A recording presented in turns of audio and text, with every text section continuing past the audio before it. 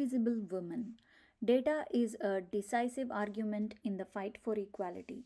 What do fewer conflicts and better education have in common? The answer is higher participation of women as policymakers. Numerous cases confirm the outstanding outcomes of female leaders. When they join negotiations with countries at war, the probability that a peace agreement will last over 14 years rises by 35%. Similarly, Portugal's expenditure on schools has increased with more female members of the parliament. Although the positive results of women's contributions are undeniable, many male dominated fields resist gender equality.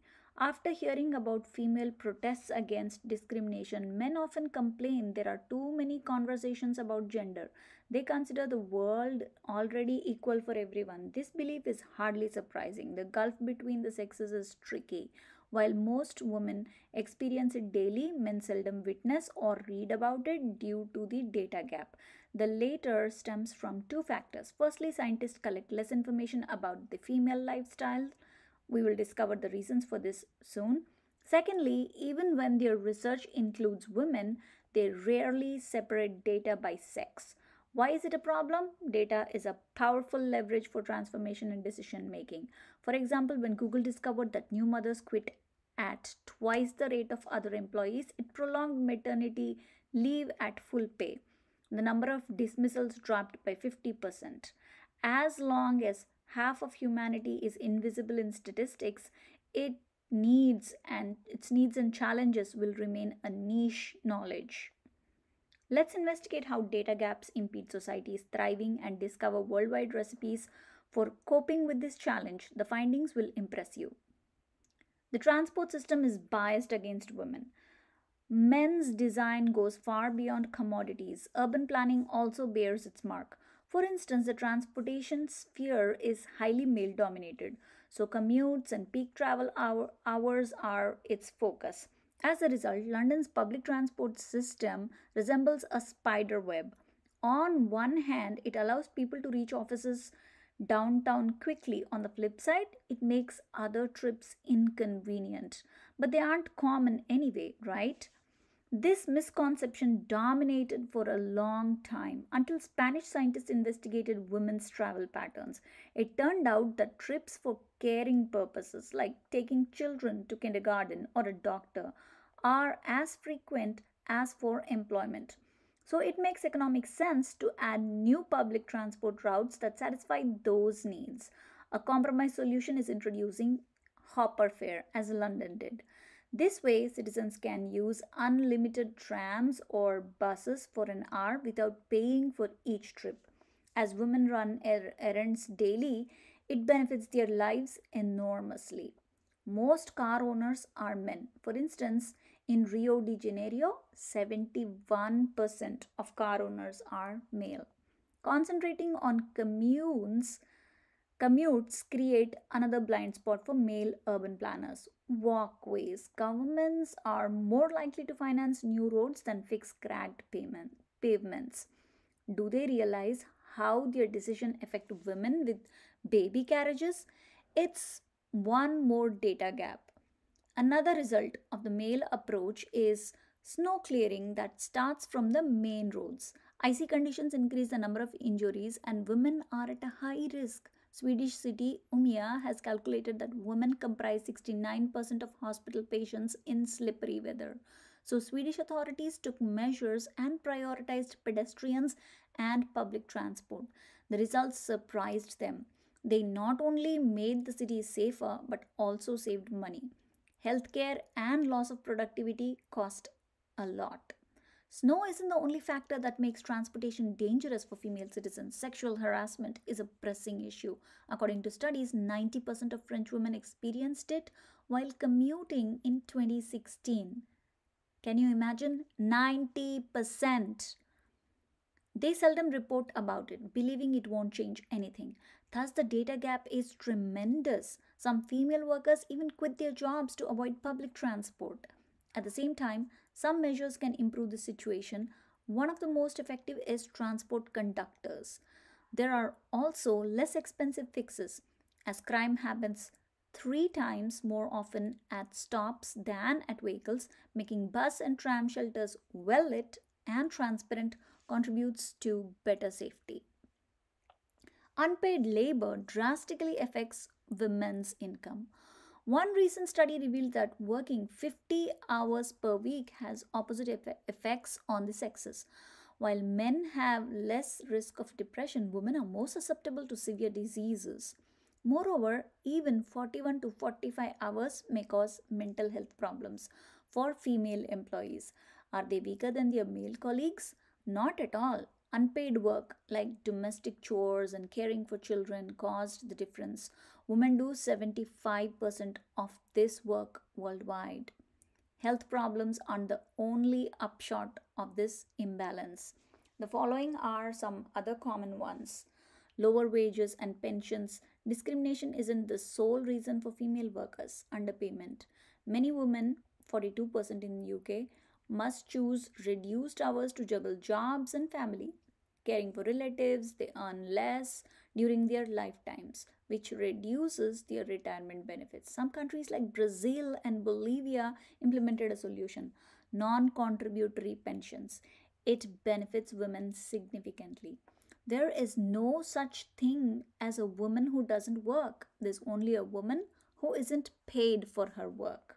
Losing jobs due to inefficient maternity leave system. An Australian study has revealed that receiving fair payments for over 7 months after giving birth guarantees a woman's return to work. However, no country provides it. For instance, in the UK, female workers receive a third of their wages for 39 weeks. Contrarily, Croatia provides their female citizens with 30-week maternity leave at full pay. The positive news is that some companies support women by themselves. Organizing after school classes or summer schools has become a new trend, but a flexible schedule and working online would be an even more effective solution. The data gap in unpaid work prevents governments from understanding the potential of social infrastructure. They consider it a burden for economics. Whereas the opposite is true. Estimates prove that investing 2% of the US GDP in the construction sector will create 7.5 million jobs, in care industries, 13 million. Besides, it will allow thousands of mothers to participate in the labor market, increasing the country's GDP. At the same time, work has other challenges that don't relate to the duty of care. Stories from Me Too, the movement against sexual abuse, are eloquent examples. Science used to misjudge gender differences. Healthcare is essential for our well being, so we often believe it has enough data. But let's read medical textbooks page after page. We will see no mention of gender differences in chapters about the respiratory and digestive systems and the like. Scientific articles aren't an exception. After testing medicine only on men, researchers may claim that it will improve women's health. This approach needs to be corrected. Recent studies prove that each organ system has sex peculiarities. Moreover, the course and syndromes of diseases also depend on gender. The following are just a few examples. The immune system: women have higher antibody responses. As a result, their reactions to vaccinations are stronger and more harmful. In 2014, scientists even stated we should develop the different types of influenza vaccines depending on sex. Skin thickness: the female dermis is thinner than the male, which has many consequences. For instance, a higher risk of chemical exposure for women. However, there are no studies about how various toxic substances widespread in products for domestic chores together influence female health. Sensitivity for pain: men feel it less intensely and their responses have become medical norm. Therefore, doctors may disregard female aching as atypical, believing it's emotional or psychosomatic. They prescribe antidepressants instead of painkillers. As a result, women consume them 2.5 times more. Although studies prove that men are more likely to fall into depression. Different common symptoms of disease. A typical test for tuberculosis is to analyze the sputum of the patient. But women rarely cough it up, complicating diagnosing TB. Unusual effects of treatment. When we Google the impacts of resistance training on those with hypertension, many websites associate it with increased artery stiffness. It's true, but only for men. These exercises lower blood pressure in men and women but have a lesser impact on women's arterial stiffness. The same treatment may have opposite effects for different sexes. Imagine how many beneficial medicines we lost because they didn't work for men. The good news is that countries enact laws to reduce the data gap. For instance, scientists must study both sexes in federally funded clinical trials in the USA, EU, and Australia. Some institutions like the German Society of Epidemiology and the Canadian Institutes of Health require researchers to consider gender in their works. Did you know anorexia may indicate autism? As men seldom have this symptom, researchers have neglected it for a long time. Why women's participation in science is fundamental. Nowadays, gender inequality is remarkably less than in the past. So, why does the data gap continue to exist? Psychology explains that all humans are susceptible to projection bias. They make us assume others share our patterns and attitudes. The gap is inevitable. When a field lacks diversity, and science is a telling example, it's still a male dominated sphere worldwide. Female researchers often remain invisible, and gender biases are the culprits. For instance, journals more often accept women's articles under double blind review, which means reviewers know nothing about the author. The existence of this discrepancy is worrying news.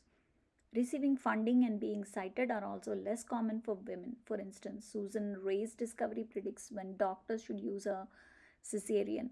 Moreover, she has found a way to increase the number of those who can give birth without surgery from 67% to 84%. It's groundbreaking, as a C section could be dangerous in some regions due to a lack of equipment and medical skills. Yet she received rejection in funding. Sponsors regarded her project as not a priority. Fortunately, many organizations have emerged to support female scientists, like the Foundation of Nusslein Woolhard, a Nobel Prize laureate. Increasing the number of women in science and supporting their initiatives will quickly reduce data gap. STEM, science, technology, engineering, and mathematics, is a core field that requires change. Only 25% of workers in the tech industry are women, and the long term consequences of it are disturbing. Artificial intelligence not only reflects but also multiplies the biases of its authors. What does it mean in practice? When people search for a programmer or other male occupation, men's websites will pop up first. That's because algorithms will consider them more relevant. Some codes are less biased, but companies should choose to use them. As female executives in tech constitute 11%, the implementation may take a lot of time. Data alone isn't enough, society should act on it. Boston Consulting Group revealed that financing women's startups is over 1 million less than men's, yet the revenue from their products is higher. Did you know in Bangladesh, female citizens can't go out alone, only with a male relative? So they waste precious evacuation time during a natural disaster. Many spheres in our life are designed by men and for men, from devices to public spaces. However, more and more projects emerge to redress the balance. Initiatives vary, but most strive to close the gender representation gap. This way, one person's success can benefit hundreds.